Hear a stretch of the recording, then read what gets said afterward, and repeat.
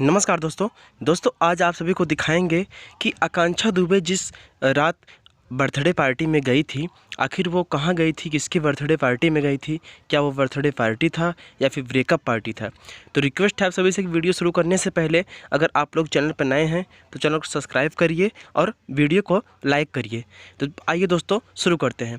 दोस्तों आप सभी को बता दो, आकांक्षा दुबे जी के फ़ोन में एक ऐसी प्रूफ मिली है जिनके चलते यह साबित होता है कि इसका कसूरवार समर सिंह ही है। दोस्तों सब केस तो फ़िलहाल ख़त्म होने वाला था, लेकिन यह फ़ोटोज़ या वीडियोज़ उनके मोबाइल से जो मिला है उसमें रोती हुई बिलखती हुई वो बोली हैं कि अगर मुझे कुछ भी होता है तो इसका जिम्मेवार समर सिंह होता है। दोस्तों ये आप लोग लाइव देख रहे हैं, तो मैं आप सभी से भी गुजारिश करूंगा कि आकांक्षा दुबे जी की सपोर्ट करिए ताकि मुजरिम कोई भी हो पकड़ा जाना चाहिए। इनको इंसाफ मिलना चाहिए, ताकि चाहे वो समर सिंह हो चाहे संजय सिंह, उम्र कैद तो होनी ही चाहिए दोस्तों, क्योंकि बर्थडे पार्टी में आने के बाद डेथ ये सब तो बिल्कुल गुनाह है।